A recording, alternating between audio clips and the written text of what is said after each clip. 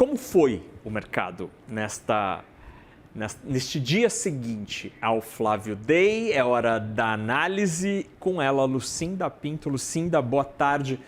O que dá para dizer? Como foram os cacos colhidos? Porque ontem, de fato, foi um dia assim... Há muito tempo que a gente não via um dia tão de reação dura do investidor. E, curiosamente, os colegas do Valor Econômico observaram que a alta observada na moeda ontem, no dólar, aqui no Brasil, foi a maior alta desde o dia em que Jair Bolsonaro escolheu o filho Flávio para ser o candidato. Então, são altas as maiores dos últimos meses, geradas pelo mesmo personagem político. Boa tarde. Boa tarde, Naka. Boa tarde a todos. E tem uma questão sobre essa comparação também que acho que é importante a gente dizer, que quando o Flávio foi escolhido, o mercado estava se preparando para um cenário de corte de juros. Sim. Então, em tese, você tinha mais potencial de reação, né? E agora a gente, na verdade, já estava com o mercado colocando aí no preço essa questão da taxa de juros, com outros, a própria guerra, você já tinha outros elementos influenciando, para dizer que talvez a gente possa até dizer que hoje ou ontem, né, o movimento por si só foi ainda mais intenso, o movimento ainda de forma mais generalizada, né? Não tinha pensado nisso, mas tem razão, proporcionalmente, né? Ou observando as razões ou o que o mercado estava olhando. Exato. Agora, é muito curioso, a gente chegou aqui na redação, né, Fernando? Olhamos para os mercados e dissemos, uai, mas o que houve aqui, né? O mercado já superou. Eu acho que tem duas coisas importantes para colocar. Primeiro, que teve uma influência do exterior, segundo traders, teve um fluxo importante de estrangeiros, o que contribuiu aí para trazer esse alívio para os mercados, mas tem uma segunda releitura que a gente sempre observa, né, depois de movimentos muito intensos como o de ontem.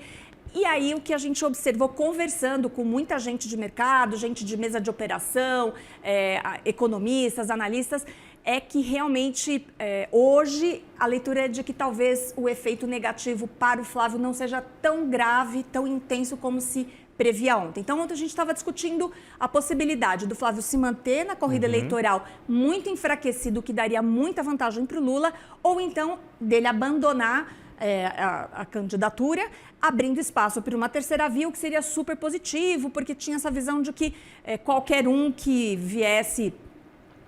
Assim, o anti-Lula, né? Fora o Flávio, né? Sim. Fora um Bolsonaro, talvez uma terceira via tivesse mais chances de enfrentar o Lula nessa situação, que seria um cenário mais positivo.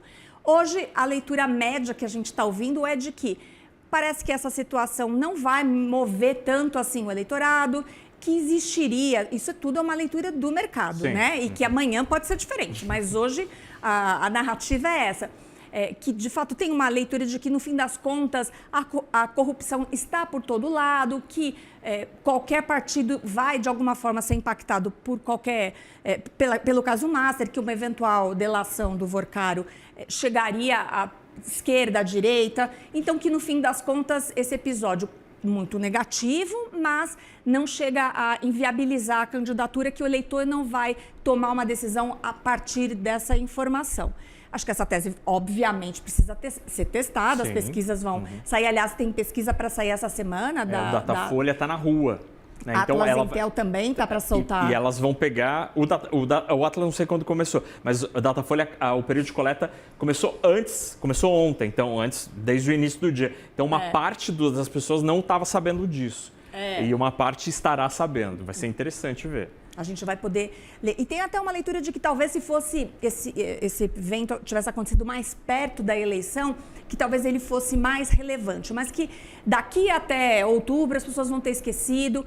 E a verdade é que vai ter muita notícia até lá. Então vai ter muita novidade, vai ter muito vazamento ainda, a gente não sabe o que vem pela frente. Então o mercado ajustou aí um pouco o seu cenário, a sua avaliação diante dessas questões.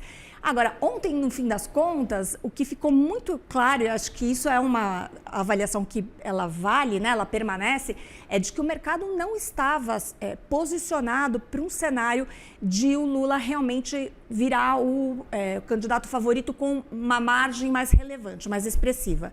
Então, a gente observou, sim, um ajuste de posições. Então, tinha o mercado excessivamente, talvez, comprado em real ali no longo prazo. Então, tinha ali posições que se considerou, a partir desse episódio, um pouco... muito risco, né? Então, excessivamente expostos e pouco protegidos a essa disputa que virá. Jogando por terra, de fato, aquela narrativa de que a eleição não está fazendo preço. Então, acho que hoje o mercado volta aí a operar, depois das correções de ontem, um pouco mais precavido, com um pouco mais de fichas colocadas em cenários alternativos. Agora, eu entendo que, de fato, pode haver essa leitura de que, em termos políticos, o impacto poderia não ser tão grande assim, ainda que eu discordo do ponto de vista político, porque não me parece ser tão rápido assim para o eleitorado esquecer, especialmente se tratando deste assunto, né, do envolvimento com o Daniel Vorcaro. Mas me chama a atenção que esse ajuste, ou a reação ontem, ela piorou os ativos todos, DIs, câmbio, as ações, mas... Você concorda, não sei se você concorda comigo, o ajuste parece ter sido relativamente pequeno, porque já tivemos momentos em que a política fazia com que o dólar, por exemplo, andasse 20, 30, 40 centavos. Sim. 10 centavos, assim, não parece ser tão grande o ajuste assim, né? Acho que tem algumas coisas. Primeiro, o fato de que, de fato, o driver mais importante hoje é a guerra. Né? Não há dúvida de que é o que vai determinar. Então, toda essa discussão de inflação alta, de juros muito altos, e isso é o que vai determinar preponderantemente aí nas próximas semanas, nos próximos meses. Então, isso não mudou. Acho que a segunda coisa é que, mesmo com essas correções, com essa discussão toda, a verdade é que a gente ainda tem a percepção de que nenhum dos dois candidatos será tão fiscalmente responsável. A gente não está discutindo duas visões absolutamente antagônicas. Então, realmente, aquilo que a gente via lá no passado, de dólar valendo realmente 6 ou 4, assim, não parece o cenário. Tem gente que diz isso, que ambos terão que fazer alguma coisa no fiscal, nenhum dos dois fará algo radical. Mas tem gente também que diz exatamente o contrário, a narrativa oposta, de que ambos têm um incentivo de fazer algo para colocar a dívida numa trajetória de queda, porque ambos entenderiam ou deveriam entender a necessidade ou o valor de se recuperar o investment grade, por exemplo. Sim. Então, se houver algum ajuste, algum esforço nesse sentido, isso seria muito positivo do ponto de vista de atração de fluxo. Então, ou por um motivo mais positivo, ou por uma ameaça, ou por amor, algum ajuste viria. Mas não parece haver, de fato, esse abismo aí entre os dois candidatos. Não, e que legal, tomara que essa visão prevaleça, porque aí seria uma maneira, um sinal de que passa a ser uma política de Estado, né? Não uma política de governo, a responsabilidade fiscal. Só temos mais um minutinho, Lucinda. Queria que você explicasse rapidamente aqui para a nossa audiência qual é a mecânica de quando o dólar sobe, porque hoje a gente ouviu nas mesas aí que teria muito exportador trazendo dinheiro para o Brasil, né? Porque o dólar ficou mais caro, ele estava R$ 4,90, R$ 5,00. Para o exportador é um momento em que ele ganha mais trazendo. Isso incentivaria, por exemplo, a entrada de dólares e a queda da cotação. Isso exatamente. Porque como a receita do exportador é em dólar, ele recebe lá fora em dólar, quanto mais esse dólar valer em relação ao real, mais interessante essa troca. Então, quando o dólar sobe, ele consegue trazer mais reais. Então, para pagar aqui custos locais, etc. Então, de fato, o exportador está sofrendo de alguma forma.